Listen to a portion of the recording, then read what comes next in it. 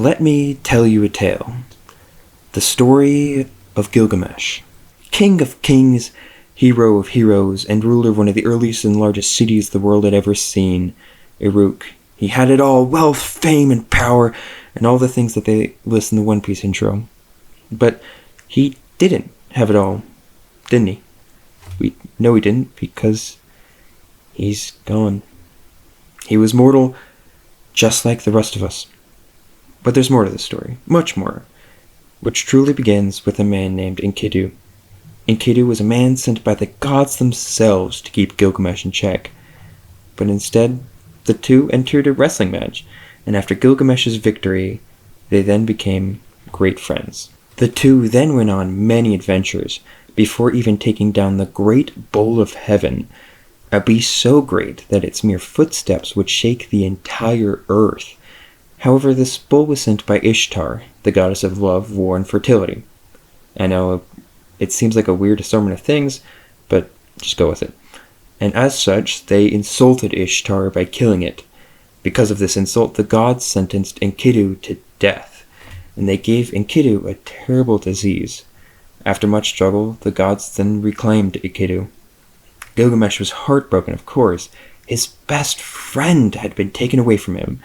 But even deeper than that, Gilgamesh was confronted by his own mortality. A man just as great and as strong as he was gone, and it forced him to realize just how truly weak and frail he was, and it terrified him. In order to rectify this, Gilgamesh sought out Utnapishtim, the far distant, who lived at the far corner of the world.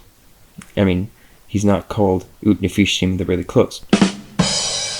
But this man is supposedly the only man who's conquered death, and after a long and arduous journey, Gilgamesh finally finds him, and upon seeing him, he says, "My friend Enkidu was so powerful that he killed mountain lions with his bare hands. He fought the bull of heaven, but even he cannot avoid death, and now has turned to clay. For 7 days and 7 nights I wept for him, but what good did that do? What hope have I, Gilgamesh, king of splendid Uruk, when death awaits me every day?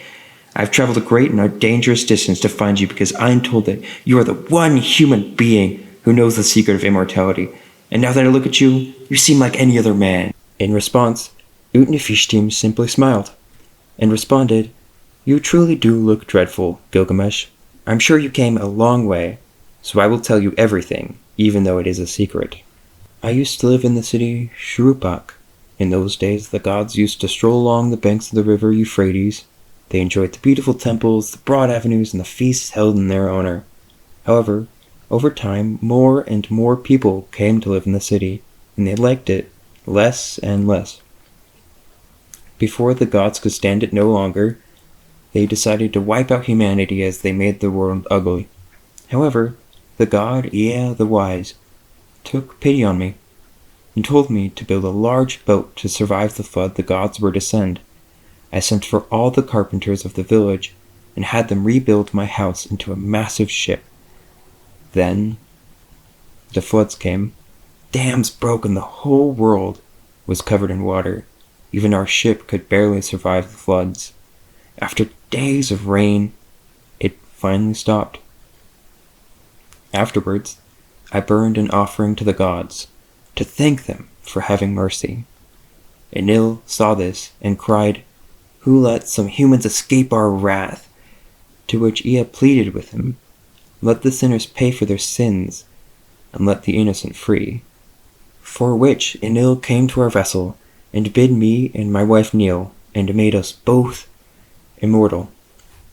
Gilgamesh listened to the whole story, but he had truly traveled far, and was beginning to fall asleep. Utnapishtim then told him, "Gilgamesh, you wish to live forever, so let's try this test. Try not to fall asleep for 7 days, for how can one conquer death if one can't conquer sleep?" And then Gilgamesh immediately fell asleep. He was eepy, I guess. He slept for 7 days, and upon waking up said, "Oh, I must have nodded off for a moment." But Utnapishtim then told him, "No, you have slept for 7 days. When he heard this, Gilgamesh cried out, What shall I do? I came all this way, but if I don't have the strength to stay awake, how could I ever hope to live forever? However, Utnapishtim said, Gilgamesh, you have traveled far. However, it might not be in vain. Deep on the seafloor rests the flower of immortality, the flower of the very gods themselves. Gilgamesh then immediately set way for the ocean and dove into the waters. Diving deeper and deeper, he found this flower, which pricked him when he picked it up.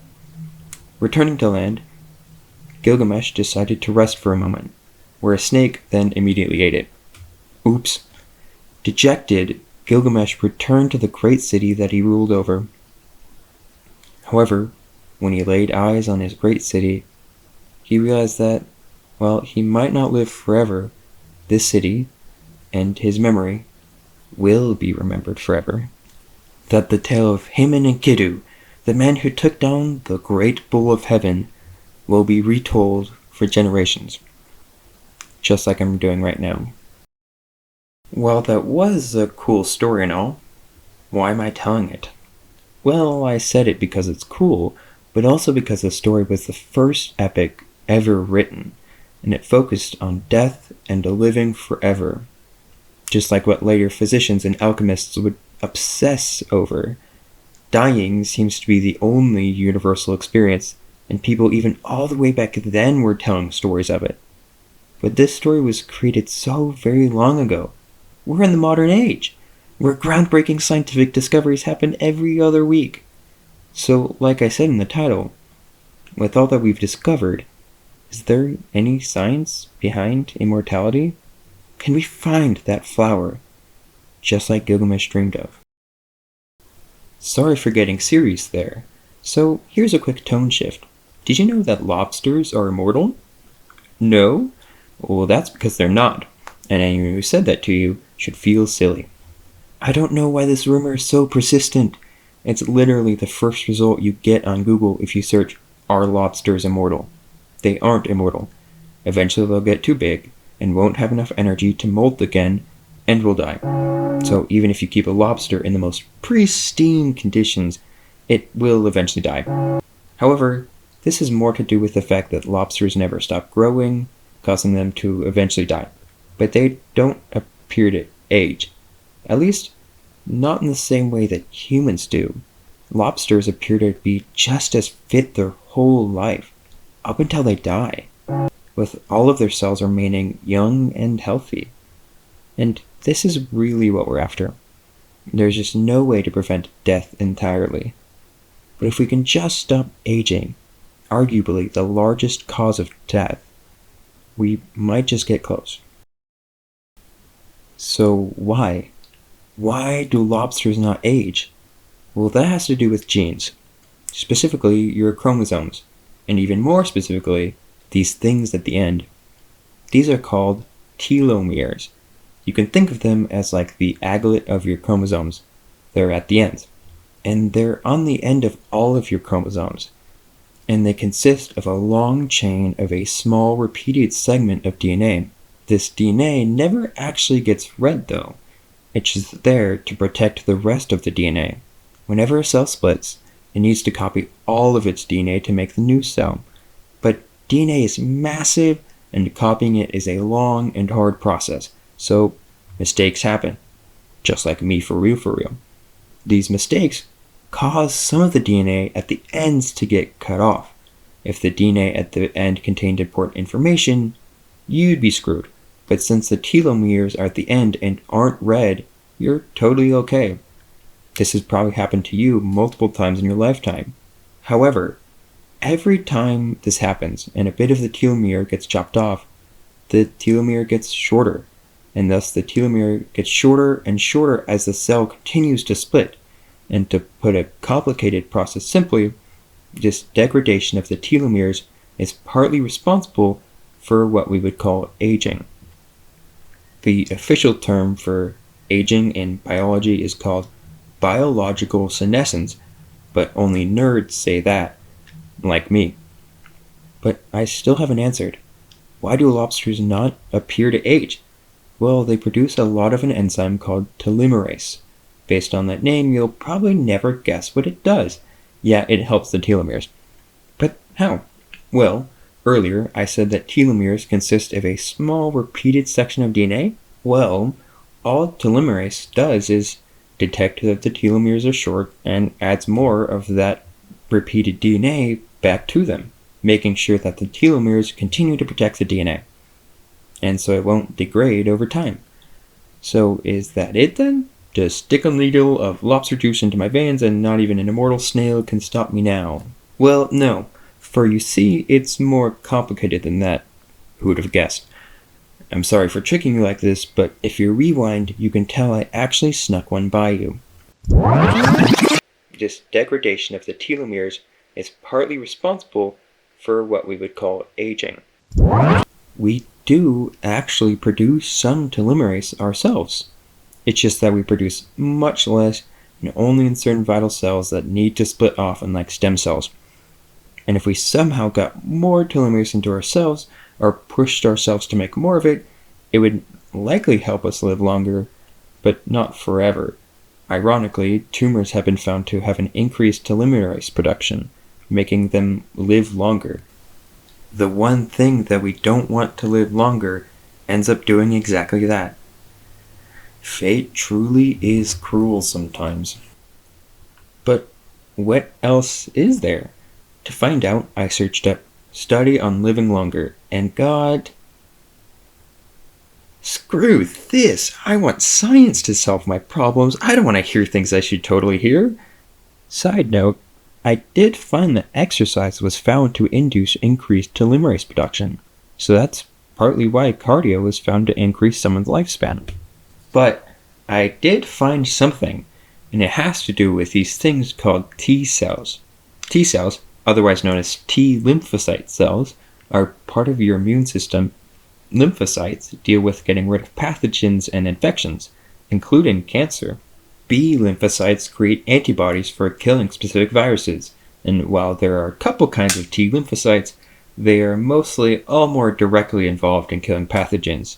One of these T cells, called cytotoxic T cells, releases a cytotoxic protein which literally punches holes in the target cell, causing it to kind of essentially explode, which is a little metal.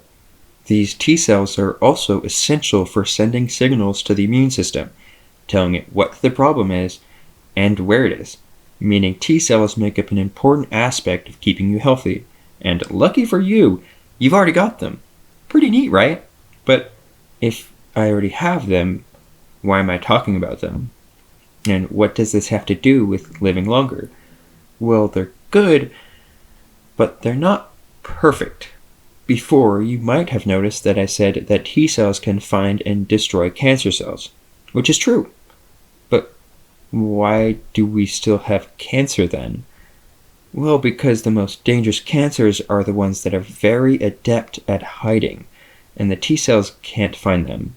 Sometimes they need a little help, which is where we come in. We can use CRISPR and other such methods to change how these T cells work. CRISPR allows us to change the DNA of cells, so we can use CRISPR to essentially reprogram these T cells.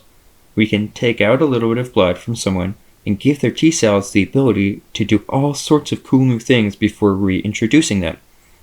One of those promising aspects is using them to hunt down cancer cells that they couldn't before. But we can also reprogram them to do other things as well.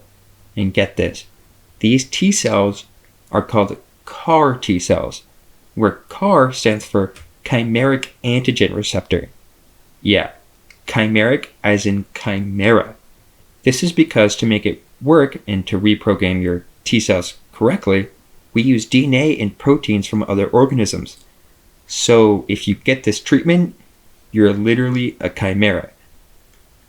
That's pretty rad. However, back to the main point. As you would guess, CAR T cells can also be used to help with aging. They can do that by doing what they do best, killing things. They can help by killing these things called senescent cells. Ha! Senescence, that nerd word I mentioned earlier. It did come useful, though some people also call these cells zombie cells. So, As I said earlier, senescence means aging. So senescent cells are these old cells. Because of things like telomere shortening, these cells slowly get older and worse. But for some reason, they don't die like they're supposed to. So they're old, so they're not doing what they're supposed to, but they keep staying alive, just getting in the way and kind of clogs up the system. These get in the way and result in some of the symptoms of aging, and obviously, we can send in the T cells after them. We can reprogram them to target these zombie cells, which is showing some real progress. With this, we can make sure that all your cells are fresh and healthy and that all the old ones don't get in the way, which could result in longer life.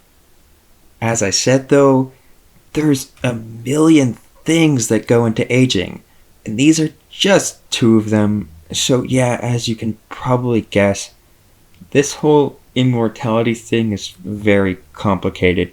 As such, I wouldn't count too hard on that immortality pill coming out anytime soon. But we're definitely making progress. In a short while, we might be able to prolong human life much longer. I can't cover everything in this short video. Well, 20-ish minutes is not that short, but considering I'm taking a chomp out of probably one of the hardest topics the world has ever seen, it's really short comparatively. So, unfortunately, that's all the science I'm going to cover really in this video. So if that's what you're here for, there it is. But this is a deep subject, and I kind of want to take my own little stab at it. Living forever likely isn't possible. And who knows how far medicine will advance to live longer. So in the meantime, I would try to follow in Gilgamesh's footsteps and try to find comfort in the short life that you have. It's very ironic that we've progressed so much as a people since then, and yet we end up following the advice of people who lived so long ago. But they still had some good ideas in the end. Though, honestly, I wouldn't be too worried about the future like that. Finding solace in our short lives is easy when some of the people I've met in this world have truly been incredible. And I'm sure you are too. So, even if we can't live forever, I'm glad you're with me here, right now. This was Baldr, your online friend.